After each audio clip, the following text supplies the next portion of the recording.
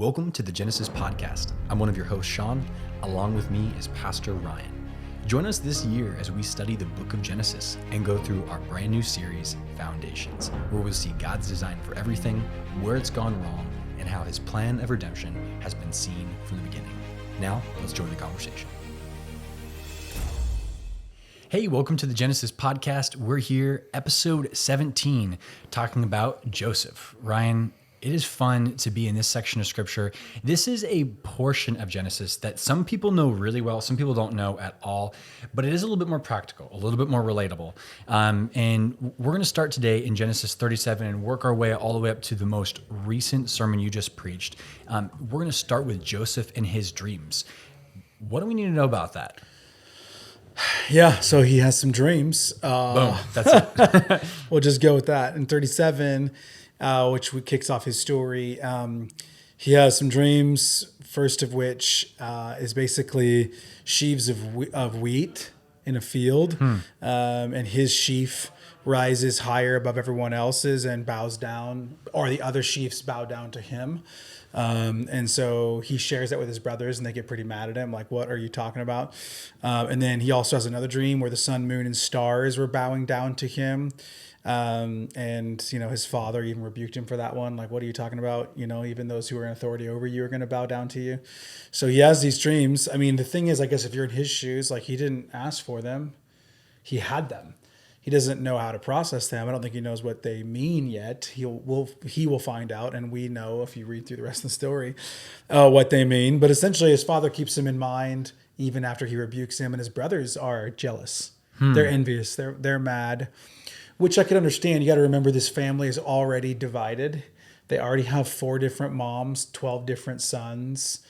And so you got Leah and Rachel and Bilhah and Zilpah, and they're contentious, they're rivalrous, they're envious, they're at odds with each other oftentimes. And so to have one of them, albeit the one that's favored, right, has the robe of many colors, dad likes him a lot because he's the firstborn of his favorite wife, come up and just say, I had some dreams and they mean that I'm awesome and you're less awesome. I mean, translation, it just creates tension. So obviously in that chapter, what ends up happening is they're mad and they're frustrated. And so they see him coming from a ways off when his father sent him to go help them. And they basically say, let's kill him.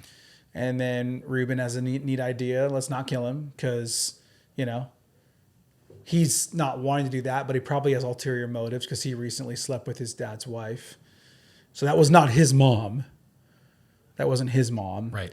It was some of his brother's mom. I mean, just crazy. And so he kind of has his view, and then Judah, of course, pipes up and says, let's not kill him, let's just sell him and then make it look like we killed him. So you have that. And that's interesting too, because Judah becomes a pretty important character in the rest of Genesis. We talked about this a few weeks ago, Sean, on the podcast. Jacob doesn't get out of view for the entire rest of this.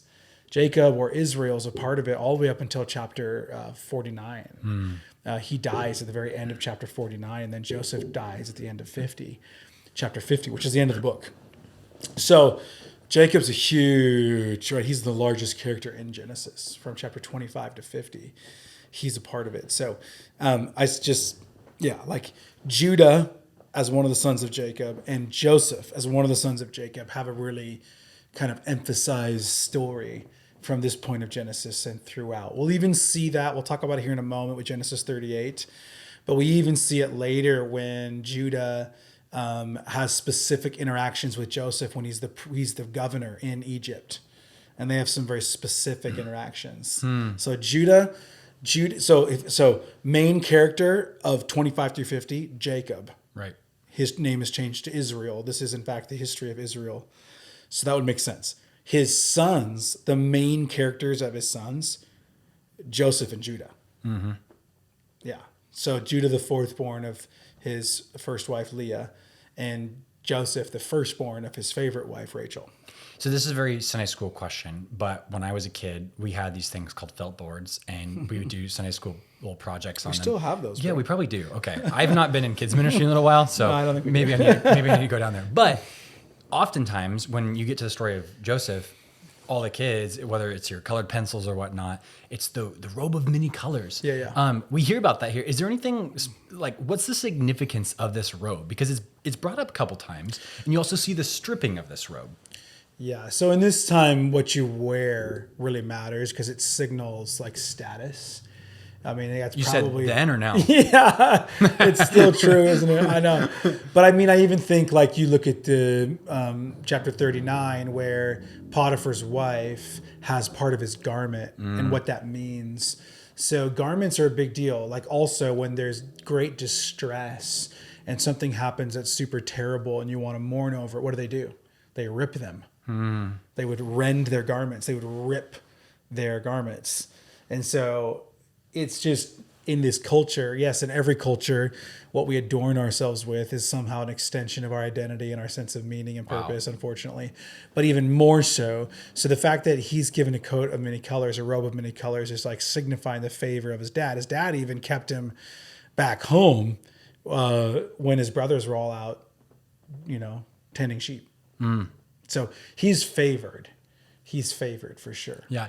In this robe, they end up using this robe as a cover up. And so, I mean, he would have always been wearing this thing. They dip it in goat's blood, I believe. Yeah. And then shred it to make it appear that he was attacked and killed. Yep. That way they could cover up their tracks of basically attempting to kill him. And then because of Judah's idea, not killing him. I'm pretty sure it was Judah. At least let me check to make sure I'm right about that. Come now, let us kill him. Yeah, verse 26 of chapter 37, Judah said, "What profit is it if we kill our brother and conceal his blood? Come, let us sell him to the Ishmaelites, and let not our hand be upon him, praise our brother, our own flesh."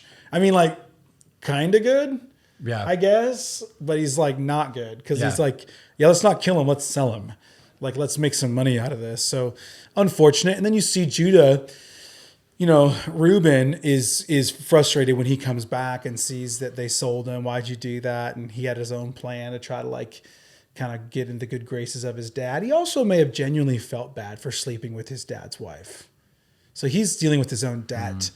But anyway, what ends up happening at the end of 37 after these dreams and then this encounter between the brothers is they sell him into slavery and he's now owned by some Ishmaelites and they're headed down to Egypt. So that leads us to the detour, which I mentioned in my sermon yesterday, that I wanted to talk a lot about, and that's chapter 38. So Brennan taught through chapter 37. We talked about that whole story we just recapped through the lens of Jacob, through the lens of Reuben, through the lens of the brothers, through the lens of Joseph himself. And kind of the big takeaway from chapter 37 is understanding that we have to hold on to God sometimes through very painful and difficult circumstances and trust his promises. And he's for us, even when everyone else is against us or for us for the wrong reasons. And so chapter 38, it seems like this detour. I mentioned this in my sermon, but I have a group of 8 guys that we have a text thread together. And the impetus of that is we golf together a lot, but we also share a Bible reading plan and scriptures with each other. And so one of the guys was reading through this portion ahead of when I was going to preach. This was weeks and weeks ago, and texted me. I was like, what on earth is going on in Genesis 38? Like, how do we go from Joseph and then he's almost killed, sold into slavery down in Egypt. And then all of a sudden out of nowhere, verse 1 of chapter 38, it happened at that time. Judah went down from his brothers. So Joseph went down to Egypt in slavery, and Judah went down from his brothers, but turned aside to a certain Adulamite whose name was Hira. There Judah saw the daughter of a certain Canaanite whose name was Shua. He took her and went into her. That's intimate sexual language. Basically, he took her as a wife and conceived a son, and the son's name was She had another son, and his name was Onan. And then she had another son, and his name was Shelah. And we don't know how many years are in between these 3 sons. But Judah was in Chezib. I'm not sure if that's how you pronounce that. But anyway, when she bore him. So the thing is, Judah then took a wife for his firstborn. So maybe at, 15, 18. We have no idea. Probably pretty young, though, because of how the story plays out. And the wife of his firstborn son, in this different place he's kind of functioning in for this season, is Tamar. But his firstborn son, was wicked in the sight of the Lord. The Lord put him to death. Now, if you study that out, that very likely means that he was put to death by man, but God providentially established that, right? It's not necessarily having to mean that God was somehow showing up in an unembodied way with like a dagger trying to kill him. But it's basically acknowledging he was a wicked man and his wickedness did not escape the judgment of God. And so God saw that he would face judgment for his wickedness and he dies. So marries Tamar. Is the son of Judah and Shua. And marries Tamar, but dies because he's wicked. So what does Tamar do? Who's Tamar now? She's a widow, right? She's a woman. Daughter-in-law, and she's a widow. So what happens now is Judah says to his second-born son, Onan, go into your brother's wife and perform the duty of a brother-in-law to her and raise up offspring for your brother. Basically, marry her and have children with her. And this was a relatively prevailing custom in the time. Again, I've talked about this a lot. Just because the Bible describes something happening doesn't mean it's prescribing. It's not that we would do this today. But here's why this would happen. In this time, a woman would be in a very vulnerable and precarious situation if she was a widow, away from her father's house, but not in her husband's house. She's extremely vulnerable to prostitution and abuse. Okay, so the righteous thing is Onan, take her as your wife and raise up brothers or raise up more children. Judah also has incentive for this because what is so much of the thought process here in this time is lineage. Yeah. So Judah's like, I want my oldest son's wife to have children so that those are my grandchildren that they can continue. And basically, this is the really, really interesting verse. Onan is called to marry her, to go into her, to be sexually intimate with her, to raise up offspring. Now look at verse 9. But Onan knew that the offspring would not be his. Here's what that means. If he has babies with Tamar, those babies are going to experience an inheritance that he's not going to be blessed. He's not going to get in on that. It's for Tamar, not for him. Huh. So those kids experience... Those kids are going to get a portion of whose estate? Think about it. Their grandfathers. Yep. What's his name? Judah. So if Onan has intercourse with Tamar as a wife he takes in for the purpose of raising up children, what is Onan effectually doing to his own inheritance share from his dad? He's diminishing it. That's correct. He's creating more shareholders there. That's exactly right. Wow. So he says Onan knew the offspring would not be his. So whenever he went into his brother's wife, I mean, this is very rated R. This is how it's written. ESV. This is a rated R podcast today. Whenever he would go into his brother's wife, he would waste his semen on the ground so as to not give offspring to his brother. Wow. So this is where there's the interesting questions. Like, I mean, honest truth. This is a question that more oftentimes with guys, because it's very particular, like, is masturbation a sin? And you look at this and you go, isn't this exactly what this is about? It's actually not. I think that the question of masturbation would be like, is it possible to do that and not lust? Probably not. Is lust a clear sin? Absolutely. So that would put that in a probably unwise practice and habit to do. But I did not know we were going to be talking about that today. That was not on the pre-plan. That was not expected. You didn't know where I was going with Genesis. Right, I have more questions. Genesis 38 is a lot to talk about. So here's essentially what Onan, though, is doing. Onan's not masturbating. Onan is failing to love his brother. Wow. And his brother's widowed wife, and what will now be his wife. Well, he's more in love with himself than he is with others. Now, there is a lesson there for masturbation. So again, the sin here is I'm more in love with me and what benefits me. It's totally selfish. Very selfish. So again, that's where I'm not trying to give like a pronouncement on that particular activity. I'm trying to say this verse, though, is not specifically anytime, semen is not directly utilized inside, a woman, your wife, it's like automatically wrong. No, the sin he's making here is he's selfish. He's not honoring his father. He's not honoring his brother, and he's caring about himself. And so he would literally enjoy the orgasm of sexual intercourse, but he did not want to have to experience the consequence of procreation. So there's a massive sexual ethics lesson in 38, which is, anytime we're more in love with orgasm or sexual pleasure and not the responsibility that sexual pleasure should be encapsulated within, we're missing the heart of God for our sexuality. And he has a heart for our offspring. Totally.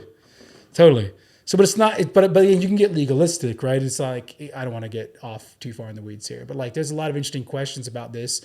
But again, I don't think this is specifically about that action. I think it's about that action, could absolutely, and is often done in a way that is selfish and sinful. But I also think that this section of scripture is not the one section in the Bible talking about the sin of masturbation. It's talking about the idea that is motivating Onan. So let's just keep reading the story. So what he did was wicked in the sight of the Lord, and he put him to death also. Wow. So oldest brother, second oldest brother, both dead. Gone. So who's left? Shelah, or Shelah, however you say that. So the youngest son of Judah and Shua. So look at what happens in verse 11. Judah then says to Tamar, his daughter-in-law, remain a widow in your father's house till Shelah or Shelah, my son, grows up. So this son's too young. Right. So it makes sense. Like this must have happened when the sons were relatively young. And that would make sense in the timeline because Judah's about to later on with his brothers have to go down to Egypt when there's famine in the land. So, for he feared that he would die like his brothers. So now what's Judah dealing with? He doesn't want to give his youngest son, he's too young, but even still, he might not give his youngest son at all because Judah's trying to go, why is it that every one of my sons that gets involved with Tamar dies? And what would Judah care a lot about? His progeny, his last son, Shelah, doesn't want to give him to Tamar. So he's now dealing with his own selfishness. Wow. Yeah. So Tamar went and remained in her father's house. So she's now sent back to her father's house. She's a widow, which is better than her not being in her father's house, but it's not exactly. We'll see how the story goes. So verse 12, in the course of time, the wife of Judah, Shua's daughter, died. So they had daughters as well. When Judah was comforted, he went up to Timnah to his sheep shearers, he and his friend Hira, the Adullamite. So the guy that originally he connected to, that kind of pulled him into this orbit of relationship. And that's where he found Shua, his wife. When they experienced another death in their family, he was despondent and sad. And so he went to Timnah. And when Tamar was told, your father-in-law is going up to Timnah to shear sheep, she, verse 14, takes this as an opportunity. She took off her widow's garments and covered herself with a veil, wrapping herself up, and sat at the entrance to Anaim, which is on the road to Timnah, for she saw that Shelah was grown up. So the son that was supposed to be hers is now grown up, but he's not been given to her in marriage. Oh. So verse 15, when Judah saw her, he thought she was a prostitute because she covered herself up with a veil. She didn't have her widow's garments on. There's the garments thing again. What you wear signifies a lot of your station in society, your favor, all those sorts of things. If you're married, if you're a widow, if you're not married, if you're a prostitute, if you're a harlot. So our clothing is signaling something of status and culture. So here what we have is Judah sees her and doesn't recognize her and thought she's a prostitute and she'd covered her face up. So he turned to her and said, let me come into you. This is not right. Wow. This is wrong. But he's sad and depressed because two of his sons have died and his daughter just died. So he did not know that was his daughter-in-law. And she says to him, what will you give me if we're going to have this encounter? And he says, I'll give you a young goat from my flock. She says, okay, but give me a pledge first so that until you send it, I know you're going to send it. Give me something of collateral. Like give me your driver's license, right? Like if you go into somewhere and you're going to borrow something, give me your license, when you're going to borrow those bowling shoes. So when you come back, you bring the bowling shoes back. So basically, what pledge shall I give you? And she said, give me your signet and your cord on your staff that's in your hand. So he gave them to her, and then they had a sexual encounter, and she ends up getting pregnant by this. Oh, gosh. So then she arose and went away and took off her veil and put on the garments of her widowhood again, but she's with child. Judah sent the young goat by his friend Hira, the Adulamite, to get the pledge back. So here's the goat. Give me back my signet. Give me back those things that were a pledge to you. But he couldn't find her. He asked the men, where's that prostitute that was here by the roadside? They said, there's no prostitutes around here. So he came back to Judah and said, I didn't find this woman that you slept with. All the men in that place said there was no prostitutes there. And Judah replied, well, or let her keep the thing as her own then, or we'll be laughed at, because he knows she shouldn't have done this. So you see, I sent this young goat and they didn't find her, so they kind of conceal it. Well, verse 24, 3 months later, she's now showing, and Judah's told, hey, your daughter-in-law Tamar, who's supposed to be at her father's house, has been immoral. She's pregnant, which means she was right? She's a widow. She doesn't get to. She was supposed to be waiting for. Yes, but Judah didn't deliver his youngest son. Judah then said, bring her out and let her be burned. So he thinks he's operating righteously because he's skipped over his own sin. Verse 25. She was then brought out and she sent word to her father-in-law and said, by the man to whom these things belong, I am pregnant. Whoa. Yeah. And she shows them, please identify whose these are, the signet and the cord and the staff that I hold in my hand. When Judah saw them, he identified them and said, oh, she is more righteous than I, since I did not give her to my son Shelah. And Judah does not know her again. He has never sexually intimate with her again. He absolutely had a woman, his daughter-in-law, who experienced terrible things because the men that she married, which were Judah's sons, were wicked. God killed them, both and Onan. She never got to marry Shelah, which Judah promised her, and forgot.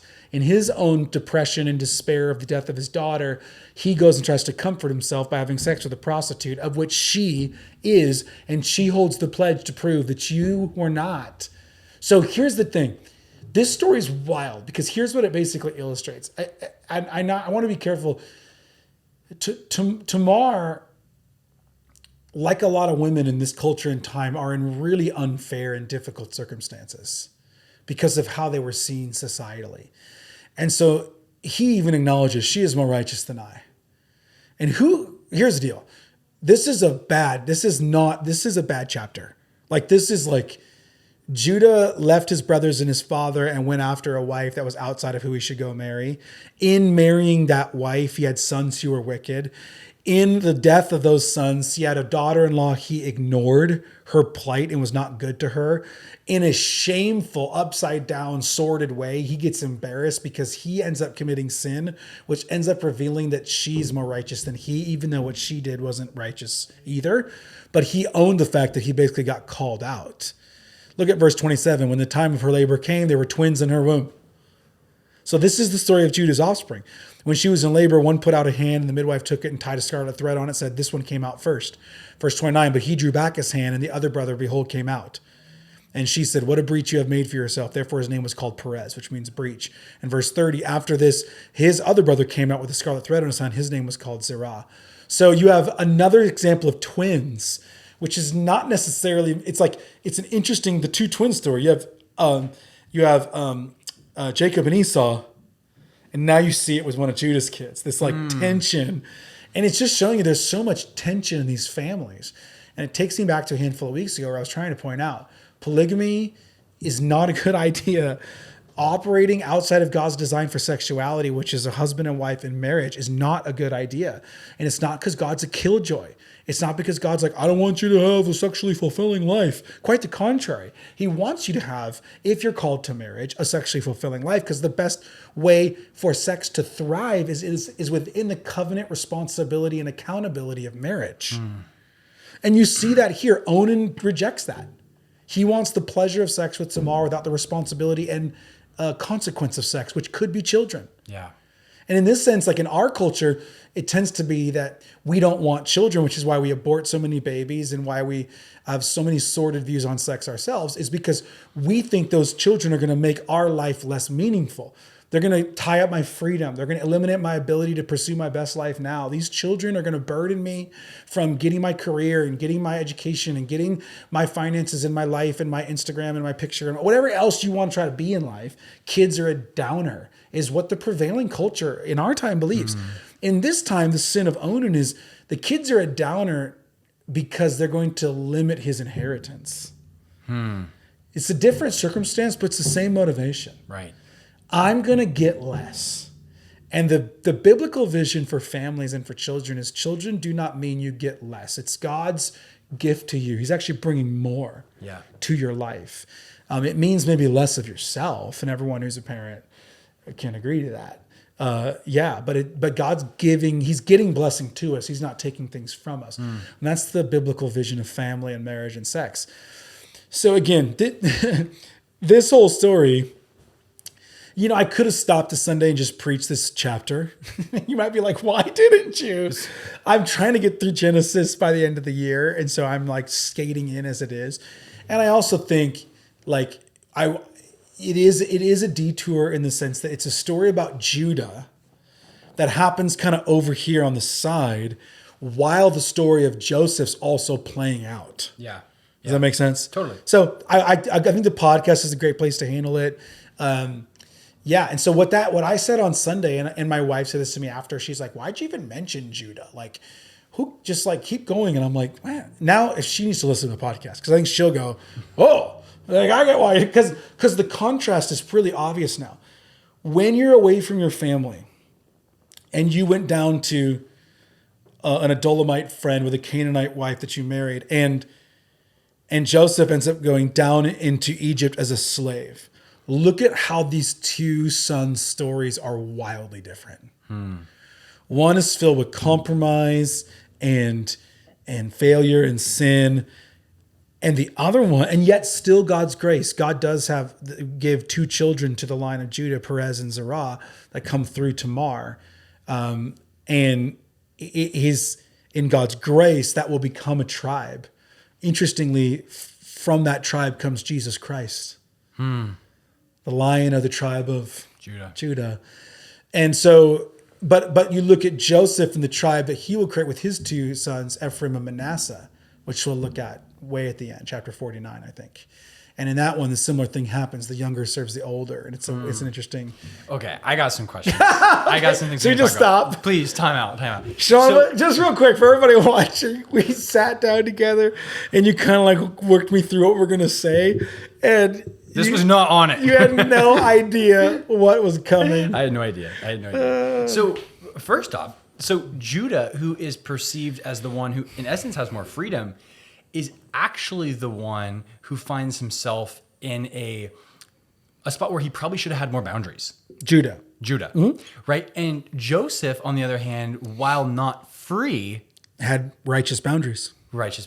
Yeah. Fascinating. Well, it's a lot. It reminds me a lot of the comparison of Hagar and Sarai.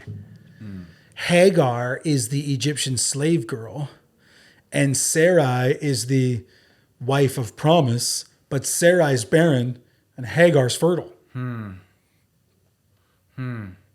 so Sarai's frustrated and says, take my servant. Abraham says, okay. And that's how we get Ishmael. And God says, nope. Promise isn't coming through Ishmael. Interesting to note, too, that Joseph gets sold to who? Ishmaelites. Interesting. And on also the conflict we see right now in the Middle East, at some degree, this is a little bit reductionistic, but the conflict we see over and over and over and over and over, it's Ishmael and Isaac fighting. Right. It's the sons of Abraham. Yeah. Jews. And I'm not saying you can draw a straight line ethnically from Palestinians back to Ishmaelites, but it's definitely Arabs. That would definitely be that's where this comes from ethnically. And so it's just interesting that the same spirit of these two sons are fighting. And there's so much fighting over it. There's been war over this land and over the lineage and over these people. So I do think it's funny that like we're in that happening cultural event where we're studying Genesis. And I'm like, if anybody has questions, like where it all came from, like, here you go. Here it is right here. Both followers of Islam, so Muslims, would claim Abraham as a father of the faith. And so do Jews. And so do Christians, by the way, in a way where we say, yeah, the blessings of Abraham are ours through Jesus Christ, who is the ultimate seed of Abraham through the line of Isaac and Jacob and onward from the tribe of Judah. But Jesus fulfilled those promises, and now we as Gentiles are grafted into the covenant people of God by faith through grace. So we would say, yeah, Abraham's our father in a sense. Christians say it, Jews say it, Muslims say it. So it explains why, America, Israel, and all the Arab nations have lots of conflict. 9/11, this recent conflict, yeah. Wow. This is a family feud, unfortunately. So, sorry, that's not where we were going to go either.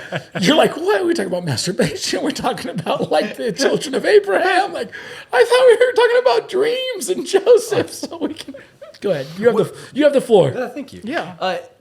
What I want to come back to is, I think you're about to answer this question. You tee this up for yourself. But if you strip out 38, you read the last verse of 37, it almost like perfectly goes with the beginning of 39. 100%. Why is 38 there? Going back to your friend who texted you, what purpose does 38 serve us? Is it just extra context?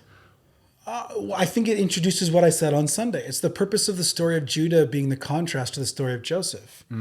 Though all these sons were born into a family of one dad and four moms, and they all had conflict, just because you are in a situation that's terrible doesn't mean you don't have a choice to choose righteousness. Right. And Joseph chose what was right.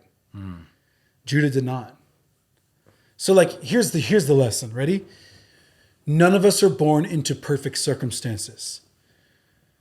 But even still, your choices to sin and rebel and compromise are yours alone. Yeah. Because Joseph, favored, yes. Fairly, maybe. I mean, God favored him and he got dreams. The rest of them didn't. And God chose in his sovereign election to choose Joseph as one who would suffer much. But in suffering much, he would provide much help to all of his brothers, which we'll get there. We'll get there. The whole story wraps up in that, where he looks at his brothers and says, you didn't send me to Egypt, God did. Imagine saying that to someone that almost killed you. You didn't send me here, God did. What? I mean, it's intense. So the detour helps us understand Judah's story. It also helps us understand Judah's descendants, right? Which would be Perez and Zerah through Tamar. It also helps us see, I think, the heart of God, which is that there are times, just like we talk about the Joseph story, where a woman tries to sexually seduce him and he runs away, but deals with the unfair false accusation that puts him in prison.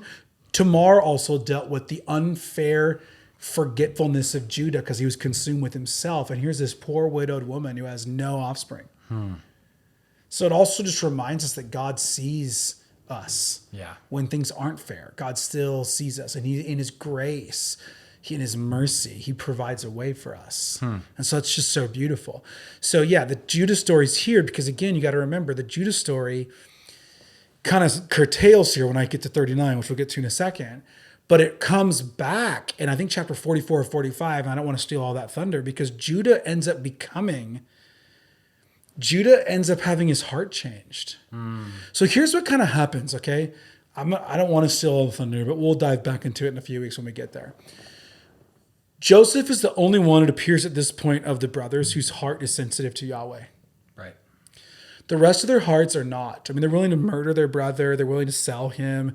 Judah is going to go find a friend and then have find a wife in a different part of the land, and he's going to have children, and they're going to be wicked, and then he's going to ignore Tamar, and then he's going to have sex with his daughter-in-law unwittingly, and God's going to thread mercifully through that sick, stupid story, but God's pulling purpose through that. Okay, eventually, though, these brothers' hearts have to change, because all these brothers are going to become the 12 heads of the 12 tribes of Israel. And they do change. And the way they change is what the story of Joseph shows us. Eventually, there's a great famine in the land. They come to the end of themselves, and they don't have what they need in their own strength, and they have to go looking for help. It's the first place we go when we realize it's time to change. We hit the bottom.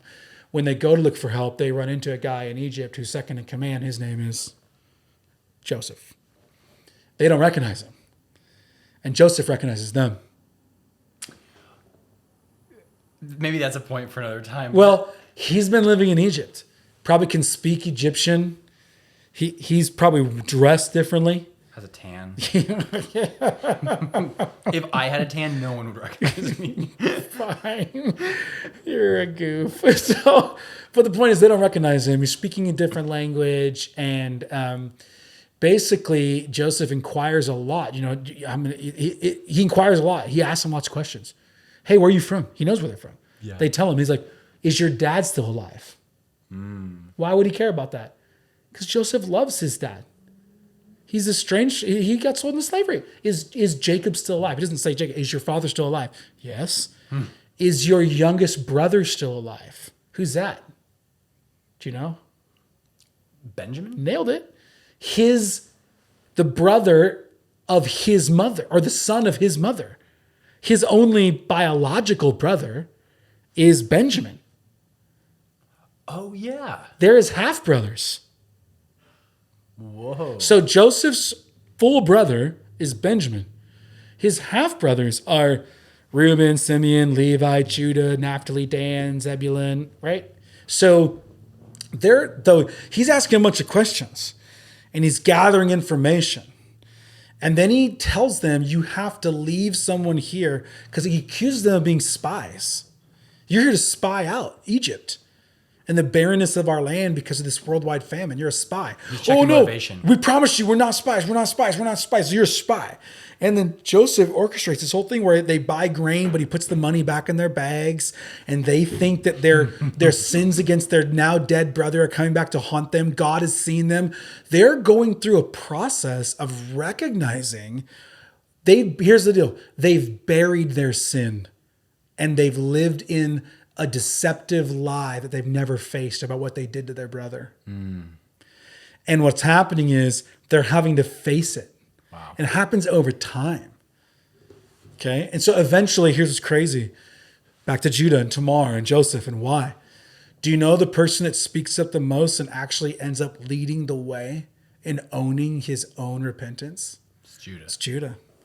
Judah confronts his dad and says, because Jacob says, no way on earth I'm letting Benjamin go down there with you. I've already lost Joseph, the firstborn of my favorite wife. I will not let Benjamin go down there with you guys. If anything bad were to happen to them, I will die. He's just a melodramatic, depressed dad. And Judah challenges his dad. He says, you're not thinking right. You've got to do this or we're all going to die. So he does let Benjamin go down there. And then when he goes down there, what happens? Joseph takes Benjamin and says, I'm going to keep Benjamin back and you guys have to go back without him. Judah, they all freak out. They all tear their clothes because they're like, if we go back to dad and there's no Benjamin, dad's going to die because he's going to think we lost Benjamin too. And we lost Joseph earlier, even though we did it, but told dad an animal did it. They haven't come clean yet. And Judah looks at Joseph and says, no. My dad will die. It won't work. You can keep me. You can take my life. Wow. So Judah kind of has a coming to ownership moment. Instead of always passing the buck and looking out for himself, he's finally willing to take responsibility. He's finally willing to sacrifice for what he believes in that's right. So the reason why Moses, the reason why we're getting a little bit of Judah sprinkled in is there's still more in this story for Joseph and Judah to work out. Yeah. Wow. We're not going to talk about the rest of that, but that's really good. Well, yeah, that whole section, it's basically chapter 42 through 45. And I think that sermon I'm trying to figure out for me, because it's a very long saga. And I got to figure out how to kind of condense that into a focused week. But on my notes, that's kind of where I schedule it because I'm like, I don't know how I'm going to. It's a lot. It's 3 exchanges when the brothers run into Joseph and there's initial testing, then they go back, then they come back, then they stay, and then eventually they cry and Joseph reveals himself and I am your brother. And then they say, go get your dad. And it's this giant reconciliation moment. But they had to go through, these brothers, particularly Judah, a process of actually owning. It's how we change. Yeah. Is really what's going on there. Yeah. Man. There's some really heavy stuff going on in our world. And, I know my personality, being a pretty optimistic person, can be annoying to those who are more melancholy in nature and pessimistic. Why are you looking at me like that? I don't know. But it is so encouraging, and it's also just refreshing to hear, again, this story is one where we're so often in the middle, the messy middle. We're not on the other side of things yet. And just the way God can redeem things. And all we know is in the end, all things will be made new. And so like, praise God, we can rejoice in that. We don't know what outcomes will happen in the next 10, 20 years, but like just seeing the story of Judah and knowing its outcome, it seems like when we hear Judah and we hear the story of Joseph, the fact that you just said like Jesus comes from the lineage of Judah. And right now here in the middle of the story, I'm like, Pick a different one. yeah, but God, you picked the wrong guy, you know? But man, that's just really the testament of how he works. Yeah, I think even isn't Rahab in the lineage of Jesus in the greater story? The woman in Jericho and she's a prostitute. Like, yeah. The beautiful thing is God uses all sorts of people, and all of us are in process, and none of us are perfect. And that doesn't give us an excuse that our decisions don't matter and we shouldn't choose and strive to live lives of integrity. But it shows us that God's grace is big, and that if we're really honest, none of us are fully integrous, and we all need God's grace. And he offers it lavishly, and he's the hero, not us. So yeah, the Tamar Judah story is important because of that reason. So unless you have more questions, let me just let's get into 39 then. So dreamer down to Egypt. This thing happens back up, north with Judah and Tamar. Then we go back down to Egypt in the story where Joseph's in Potiphar's house as a house slave. And what a house he gets put into by the electing purpose of God, right? It happens to be an officer of Pharaoh, captain of the guard. He's well positioned in proximity for his eventual destiny and purpose. But before he gets there, he has to demonstrate his faithfulness to God, and the way God is with him and his presence with him shapes him and guides him, and he experiences blessing, and he experiences boundary testing, and he experiences battles. And with the chief battle, of course, and boundary test he experiences in chapter 39 is resisting the temptation to be sexually explicit with a woman that's not his wife, that's not his. And he passes that test. He says no. And he lives with integrity there. He doesn't cross that boundary because he honors God, because he understands his position of steward and very trusted in that relationship to Potiphar. But here's the thing, even though he did everything right, he got blamed for it. That's not fair. And so it's a reminder to us that God is building our character in all things. He's building our character in seasons of blessing. Like maybe you're listening to this podcast and you just got a 6-figure bonus. That's blessing, material blessing. That's not just for you. What are you doing with that? Like, what are you doing with that? Like, well, it's just for me. Well, no, Joseph shows us, and the whole of Scripture shows us, when God has us in seasons of plenty, it's never just for us. In fact, Joseph, who ends up going to Egypt and interpreting the dreams of Pharaoh, he goes through 7 years of plenty and he stores it up so that he can help not just Egypt, but also the neighboring nations get through a famine. So the blessing of God is not just for you. And so God being with us, even if I succeed, God is with me. Even if I prosper, God has a purpose for it beyond me. Even if I don't, even if I go through seasons of limit or lack, God has a purpose in this and I can trust him. Then also in the temptation, there's seasons of temptation we're going to all face, have faced, do face, will face.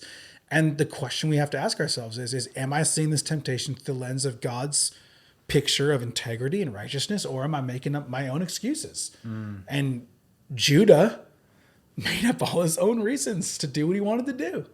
And it didn't go well for him. Joseph honors God, honors his master Potiphar, and restrains himself. He governs himself. Interestingly, being the building blocks for who he'd become in the future, a righteous governor of more than just himself. The entire empire of Egypt. Crazy story. And then, he experiences the battle where he gets thrown into prison. But even in prison, verse 21, the Lord was with him, showed him love and steadfast love, and gave him more favor. And he rose to a place of stewardship even in prison. And the prison he was in was providential because it was connected to Pharaoh's house. And he would eventually interpret some dreams. We'll look at that this next week for a baker and a cupbearer. And he thought that was his ticket out, but it wasn't. And Dr. Jerry will talk to us about that. And then eventually, a couple years later, his ticket out is actually the dreams of the number one man in the land, Pharaoh himself. And he ends up interpreting those dreams, and then he rises to power, and the story continues. So anyway, there's your crowd. There's there's where we're at in the Joseph saga. The dreamer, the Judah Tamar side story, the comparison of Joseph and Judah. Sexual integrity is without a question like an important subject, because Judah is compromising in sexual integrity while Joseph is flourishing in sexual integrity in this part of the story. So that's definitely a part of it. Yeah. Is there, what else? What are you thinking? Where I want you to riff is like, this is like spiritual formation, right? Like this is character formation. Correct. And I think there's a mistake that can be made that every single time we face hardship or setback, it's like, oh no, God, what did I do this time? Like thinking about like as if it's a consequence from doing something wrong. But this is a testament that character is not given. The opportunity to build character is given. Yep. And I mean, this is just a classic example of that. I mean, help me understand in this context, like what is this teaching us about just setbacks and when we have a dream, things not going to plan? Mm-hmm. I mean, I just want to say, like God is interested in who we're becoming. And that's good. And, you know, I've said this before, but like one of the things I have on my little, like 10 things I'd say to a church planter, I planted a church with my wife and some great friends, 12 years ago. It's this church we're pastoring. And I remember early on feeling this obvious lesson, like from the Lord, like it's not just what I want to do through you. It's what walking through this is going to produce in you that I'm after. I'm a different person because of following this call. Hopefully I'm a better person. But like you said, it's not always a guarantee. Doing hard things doesn't make better people. Doing hard things with integrity and self-reflection makes for better people. Sometimes you can experience hardship and it embitters you. It sours you. It twists you. It deforms you. Sometimes you can experience hard things and it beautifies you. Yeah. And it's really your choice, And it's that thing, like I've talked to this podcast in our church and my friends a lot, like with my daughter and her muscular dystrophy disability, trying to remind her, like the way we get through hard things is we keep showing love to other people. It's not the only way, but it's a way where we don't make life so much about us. We get super myopic and self-absorbed. And so we've got to recognize that just because we go through hard things doesn't mean it's going to make us a better person, but it could, it should. And God will use it. He'll use everything. He'll use the best seasons and the worst of seasons to form our character. So really, we have to love God's truth, and we have to love God's truth, and we have to endure the process of what we're walking through to become that. I mean, I know it's like whatever cliche, but like you don't get beautiful pottery. If you've ever been like in a pottery class in school, I took those in high school. I did too. You have that clay that's so moldable and it's so awesome, but for it to serve like an enduring, helpful purpose, it has to be formed and then it has to be fired. Yeah. It has to be fired under intense heat to like really take the form and make it reliable. Yeah. And so if we think about our lives, I think that's what's happening with Joseph. Joseph is being formed by God, but the fire is like making that forming reliable. It's making it consistent. It's making it trustworthy. And so I think that's really what this whole section of scripture is showing us. We'll see the other side because Joseph those dreams will come true. And he will be, in significant blessing and prominence and leadership. But his way there, he had to go through the forming and the fire. Right? So then just a reminder for all of us, like, where are you at in this? Are the forms being laid down? Are you in a season of fire? Like, endure. Like, with faith and patience, endure. Because God is working something in you that's at least as beautiful as what he's promising he's going to do through you. Yeah. I mean, at the end of this story, the beautiful thing is not so much, the beautiful thing is the nation of Israel is preserved through a great world famine and brought down into the land of Goshen and Egypt. But what's even more beautiful is Joseph's the kind of person who, after his brothers were trying to kill him, he would reconcile with them and weep on their shoulders. That's beautiful. Yeah. But that is because of the forming and the fire that they walk through. You know, the way you say that, it just reminds me of ancients in how they related to art. It's interesting how modern art versus ancient art is different. And one of the ways that has changed is ancient art was usually, whether it was a piece of clay or it was rock, it was this idea of chiseling away, right? Take away is actually refined. Refining brings character. Whereas the modern art is what can we add? And that is very much, as we've talked about on this podcast, project self. It's what can I add to myself this week? What can I twist with my habits to get a particular outcome?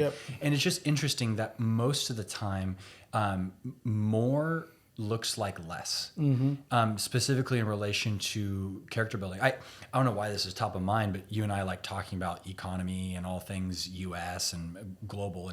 And one of the things that we all just went through over the last 4 years was we all experienced somewhat of an influx in having a little bit extra money in our bank account, right? And so we all got used to kind of having Stimmy checks. Yeah, stimmy checks. And we make that joke, but all sorts of us got into interesting habits. Some of us got into mountain biking and golf's on the rise, right? But I've heard it said from some people that people are feeling a little bit more lean right now. Yeah. Not as much cash on board. And why is that important? Well, man, for me at least, it makes me realize, like, where am I putting my hope and where am I putting like my trust and security? And I think there's priority. And priority. With surplus, you have a lot of variety. With a lack of surplus, you have essential ingredients. Yes. Right? So it kind of pairs down like to essential ingredients of like, this is really a priority. Yeah. Because I don't have the luxury of having a lot of options. I have to really focus. Yeah. You know, where I'm going to put my attention, my time, my money. That's really true. I mean, just back to this story with Joseph, I mean, he's a slave. Right. He doesn't get more minimal. No, it doesn't get more minimal. So he's focused and God's forming him in that. And then he's being tested in the fire in that. And that's going to be a reliable character set that God will use for his purposes. But also Joseph will become a more beautiful person. A person of truth, a person of love, a person of forgiveness, a person of reconciliation. And that's cool. And that's what God is really doing in all of our lives. He's conforming us to the image of Christ, right? So, Yeah, it's good. In preparation for this podcast, there's actually a book that uses the story of Joseph that I've read a few times called The Home Run Life. And I just think this is beautiful that the author points out that the world, if you imagine these four bases is kind of this baseball. is that diamond. Baseball? It's baseball. Has Abby been coaching you a little bit? Yeah, my wife, who's super into baseball, she's been helping me understand good. the bases and That's stuff. great. But, so he labels the four bases as home plate is connecting with God. First base is connecting with yourself. Second base is connecting with your community and people and friends. And third base is results, getting wins, right? Yeah. And what the world does is the world just runs those bases backwards. They try to get the results first. They come out of college. They try to get the career. And then once they have the money, then they try to go find the babe or they go get the family, friends, right? yeah. And then as soon as you finally got the friends, then you need to find yourself, which our culture is just infatuated with finding yourself. And then maybe if all that goes well, You'll maybe add God. you maybe add God. Add God. Add God, correct. Keyword add. Now, Joseph, on the other hand, he actually demonstrates a life of running the bases in the correct order. Start with God. Yeah, he's got nothing else. Which leads to character, which then at some point will lead to some community and then produce results. And I just, it is so cool. I just love how even in Genesis, that's great. it's just dripping with the gospel. It's dripping with honestly, foundational, wise, prudent principles to live by. Right here from page 50. Yeah, I think the only other like two things come to my mind for this podcast, and we talked about them earlier, is I think one of the takeaways from chapter 39 for like our lives and living, and I mentioned it on Sunday in the sermon, is discipling our attention. Yeah. Which is understanding like what you focus on expands, what you look at becomes something you desire. What we're attentive to, we discipline our desires towards. So learning to be attentive to God. I think that's the important part, is being attentive to him. This is why, we've talked about this, and lots of people are today, but spiritual disciplines of solitude and silence and scripture and prayer, even fasting. It's like that. If you think about it, why that even is, it's a discipline that enters you into attention on God, and even how much your own body and frame and person, how much you need him, how much you depend on him. And the more we amplify that attention, the more we'll desire it. It's kind of the interesting thing about spiritual things. It's kind of like vegetables, right? I still am working on that. But like the more you eat them, the more you learn to have a palate for them. I mean, I'm not like an expert here, but I have slowly matured through my life. I remember my palate is so much broader as a 40-year-old man. You do Brussels sprouts. I could do, all sorts of things that I just didn't do before. And it's funny because if you keep feeding yourself pizza and cheeseburgers and that's all you eat, that's all you want. Right? So, I mean, that's just a simple example. I'm not trying to like overplay that example, but it's true. Like what you fix your attention on is what you will teach yourself to desire. And so, even back to like the marital sexual element of this, because the example in 38 and 39 is sexual for sure, right? When you look at the sin of Onan, look at the sin of Judah, who knows what did when he was married to Tamar, but he was a wicked man, so God took him out. And they compare that to Joseph. But on the area of like sexual appetite, like this is where I've heard this wisdom given, like your spouse should be your standard of beauty. Yeah, that's good. So in other words, it's like, as men or women, we all recognize like there's a type or a form or the form and countenance of a person that we might find attractive or appealing. But if you're in a covenantal relationship of marriage, like what you should be doing is you should be focusing your attention on the beauty of that which is your spouse. That will grow your desire for them, which is where you want it to be. So like what you fix your attention on grows. And so that's why like curiosity in marriage and relationships is so important. Don't assume you've learned everything about your spouse. Understand they're a person that's growing and changing, and continue to like lean in and learn them again. Like it's all about attention. It's just all about attention. Even with our kids, it's like attention is the fuel that will continue to grow and shape our desires in a way that we want them to be shaped. So I think it's just an important thing to take away from all this as a backdrop. And then I guess the last thing, Sean, is you and I talked about this before we started recording, and it was like you were asking me about dreams. Maybe we should end on this. Let's do it. Is that okay? Yeah, that's great. So maybe do you want to start? Or you want me to? Yeah, well, so this is an area I'm growing. And so I don't have some crazy story that everyone's gonna be like, oh my gosh, you're so close with God. Like, no, but maybe Ryan is, but dreams are an interesting medium. And I was actually just talking to a friend recently, and he was talking about how he's had some dreams that have caused, have felt sinful. And I know other people who have expressed that. And so dreams are this weird, almost like no man's land in our mind and our heart. And they can sometimes be about the future, and it can be a way that God talks to us. And that's where I want you to take this. But they can also be a really negative thing. They can be a really dark thing. Yeah. I mean, each night before we go to bed, my wife and I pray for a great night's sleep, and Lord, protect our minds, because I do believe that's a battleground. But I think the interesting thing here is Joseph had a prophetic dream. We had two when he was with his dad and his brothers, and then he had the gift and divine ability to interpret other people's dreams, divine dreams. Yeah, so that's he unique. had discernment. Totally. And so you recently, I mean, we say recently, I guess now we're dating ourselves. It's been a few years, 4 years ago. Yeah. But while you're on sabbatical, and some people maybe have heard this story, but I think it's just a great refresh. God gave you a dream that has actually kind of led us to this very moment. Yeah. I mean, it didn't lead us to this moment, but it reaffirmed that this is the path we should stay on. So in 2019, I was on sabbatical. I had a dream at my in-laws' home. I wasn't even at home, and I was standing in the pulpit at True Up Church, and I was preaching, and I felt so empty. The feeling I had standing there, like kind of outside of my own body, watching myself, was like, I have nothing to say to these people. There's nothing in me that's worth listening to. I have nothing original to say. Like, how shall I even speak, Lord? And I just remember the impression. I didn't hear an audible voice, but in the dream, it was like, that's why you keep saying what I've already said. Preach the word. Yeah. Now, this was 7 years into True Hope Church. And since the beginning of the church, I have tilted strongly 90% of the time preaching expositionally, which expositional preaching just means going line by line through the book through a book in the way the author was going to go through the book. In other words, you could approach biblical sacred writings from a topical perspective, but you could also just approach it like the original author approached it and try to get yourself in that mindset. Now, anytime someone preaches, they should be exegeting scripture. That means to draw out the author's original intent, compared to eisegeting scripture, which is to import your own cultural intent.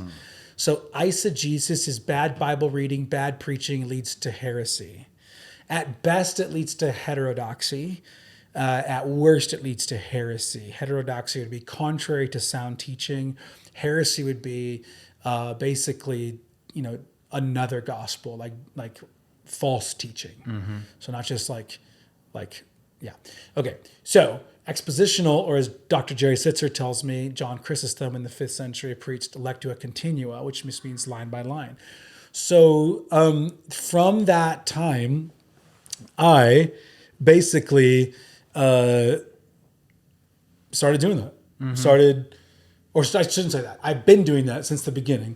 And then from that sabbatical point, I just was reaffirmed in doing that. And coming off sabbatical, I think we taught through First Corinthians. That's the second time we did it as a church. And then I think after that, we went into First Peter. Does that sound right to you? I think so. It was called Enduring Exile. And then after First Peter, we went into Daniel, called Hopeful Exile. And yeah, did that, and that happened to happen through the season of COVID. And I think that the themes in that were very relevant to COVID. And you were joking, like I didn't have a dream about preaching Revelation, but I've been wrestling with teaching through Revelation at some point. It's looking like sometime in 2024. I'm not sure when, but I'm going to, try to bite that off. And then it feels again, like very apropos to our current cultural moment. Yep. I think in a lot of ways. So yeah, I think what I would say is I've actually had, I'm trying to think. I can think of another dream that I really thought was a spiritual dream when I was younger. And then this probably the one in 2019. So maybe only a few times. Yeah. I want to draw a connection here that I think is important, and this ties back to Joseph as well. And it's that I think our minds are so vulnerable to what we pay attention to, right? We were just talking about that. And so I think what's a key differentiator here is it's not like you just had this random dream and God just gave this like supernatural power to understand it. You have to be soaking your mind in him, in his presence. Well, yeah. So let me just say a few things on that. So with the dream I had though, I had a dream. I did not immediately assume that night that was a dream from God. My first assumption was, man, I haven't preached in like 4 or 5, 6 weeks. I'm not used to that. My subconscious is having like withdrawals, and my insecurities showing. The next night I went to bed, I had the exact same dream with a different flavor, which was I was back in the pulpit preaching, and this time I was preaching, but nobody cared. No one was listening. They were all like twiddling their thumbs. Half people were asleep. It was like, this is dumb. And I remember my complaint to God was, God, I cannot change these people. And the impression back was, that's why you just preach my word. Changing them's on me, not on you. Just preach my word. So I wrote all that down in my journal, and I was like, after the second dream, I was like, okay, I think I'm not the sharpest knife in the drawer, but I think that's God trying to get my attention. Yeah. So there's a way to test your dreams a little bit and not just assume that every dream you have is from God, because it might not be, because we are vulnerable in our minds and our imaginations. And the other thing I'd say about dreams is I think the dreams could be 3 things. Okay. I think dreams could be 3 things. Dreams could be your physiology, your body, your the brain is an organ, the pizza you ate the night before, just like things that are going on in you. And you're a creative being, and you just had a weird dream about a pterodactyl that had like a Barney face and was running on a treadmill inside of a hospital. Like that's just How'd you know? that's just like, whoa, bogus, right? Like you don't need to spiritualize that and overthink that's that. good. But I think there's other dreams that you have, and what they are is they're actually an invitation to self-reflection, because they're a window to your soul. They're a window to your worries and your fears. And sometimes I think when we have dreams, when they alarm us, not when we go, that was weird, but we wake up and we go, that alarms me. Like that intrigues me. So I dreamt about something very vulnerable, something very scary, like the death of a loved one, or someone hurting me or harming me in a very, very serious way, or something that I can't quite situate. What I would say is pay attention to those, because those are probably illustrating something about yourself that you need to be talking with God about. Right? Like, why did this happen? Why would I maybe fantasize about that? Why would my subconscious worry about that? Is there something about my life that I'm not taking inventory of, or thinking clearly or closely or deeply enough about, that I might need to bring to the Lord, or a friend or a spouse? Like, man, I'm really, because sometimes what it can illustrate is your body and your subconscious is reckoning with something your mind has tricked yourself into ignoring. Yeah, it's And for your solitude. Yeah, and your dream becomes a place where it's like the real you showing up. Yeah. And then I think the third potential in a dream is it's where God implants things in us. Yeah. I do. I think that's true. I'm not trying to get like Inception movie on you, but it's where God, and the Bible tells us that in Acts, that your young men will have visions, your old men will dream dreams. Apparently I've always been an old man. So like, I think that there is a way in which God speaks. Now, anytime you feel like you have a spiritual dream, if that dream countermands or contradicts the word of God, like you get trumped. You can't, man, I had a dream that I was the Messiah. It's like, no, that's the Antichrist spirit. No, that's no good. I had a dream I should divorce my wife. No, wrong. You didn't have that dream. Well, no, you did, but that's actually in category 2. You have some undealt with sinful resentment, bitterness, pride, lack of trust, rebellion in you. That's what that was. That was not a word from God, because there's no way God gives us a dream that contradicts his word. Right? Yep. And that's just true in every area of life. If you feel the Lord speaking to you, well, if what he speaks contradicts what he's spoken, you didn't hear that from God, because he's the same yesterday, today, and forever. And he's not a man that he should lie. He keeps his promises. So, but we can have certain things that elucidate the truth of God, or they clarify our stubbornness or unwillingness to repent or partner or yield, or it elucidates and highlights our fears or our anxieties. Like, those are things we can tune into. And sometimes you just have a dream because it's weird. Yeah. And it's okay. It's just like that happens. Like, so I think we have to be really careful, because I think what would be bad is for people to go to sleep afraid. That would not be it. We should go to sleep saying, the Lord knows me and he loves me. He knows right where I am. And it is his good pleasure to reveal his will to me in his perfect time. Yeah. And if what he's showing me in this moment is, Ryan, I want you to stay in the lane of preaching my word. Stay firm, stay fixed to it. And then I look back and go, yeah, that's been really awesome to see how God's led our church and our teaching ministry through tumultuous times where I'd be so tempted to just stop and just preach every topic I want to preach. Yeah. Instead, let the word be your rudder. Man, what a beautiful example of God leading me. That's cool.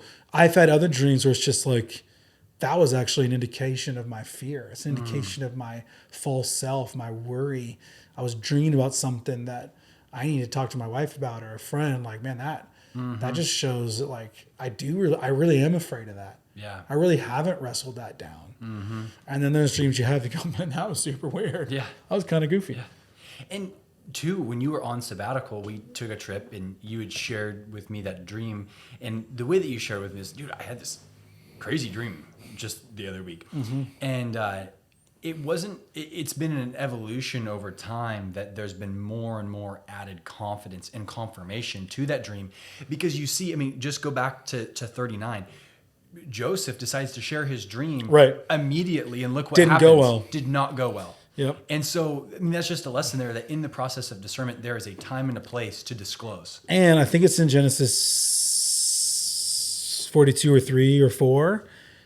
His brothers end up coming down to Egypt, and they all bow down on the ground to him as the governor of Egypt. The 11 stars. And you know what? Yep. And you know what happens? It literally says, and Joseph remembered his dream. Whoa. Literally. So he goes, Right. there it is. Right. And that's the way dreams, and that's actually the way the prophetic. I do believe in the gifts of the Holy Spirit. True Hope Church is a continualist church. That's the way the prophetic should work. The prophetic doesn't work like, here's a prophetic word, drop everything and run with it and like abandon all else. That's not how it works. The prophetic word works as an augmenting source of revelation, not contradictory to primary revelation of God's word, but that you hold out so that when you get to the fork in the road and you look back, so prophecy works as confirmation for what God is leading in our lives, not as something that should create confusion or discord or like throw us like, what? No, it's like, oh, wow, interesting. Hold it. And the example I've always heard said is hold it back here, not here. Right. I'm not seeing my whole life through that prophetic word. I'm holding the word back here and I'm living my life. Okay? Yeah. And then when you all of a sudden you're Joseph, imagine, here's his dream. Sorry about the mic. Here's his dream. It's like 11 stars bowing down to the sun and the moon. Like, oh, that's me. The sheaf of wheat. Everyone's falling down and bowing. Wow. He puts it in front of himself and then looks at everybody else. Yeah. Conflict. Like as if it's a lens. Yep. And then all of a sudden he gets thrown into a cistern. He almost dies. And that thing has to go whoop. Yep.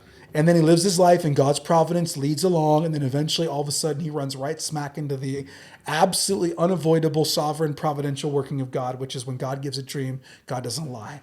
And then all of a sudden he goes, no way. But now he's not looking through that dream and it's changing how he sees people. He's looking at how he sees people and that dream's confirming that God has been with him the whole time. Wow. And that enables him to look at his brothers and go, there's reconciliation. There's going to be healing. Good.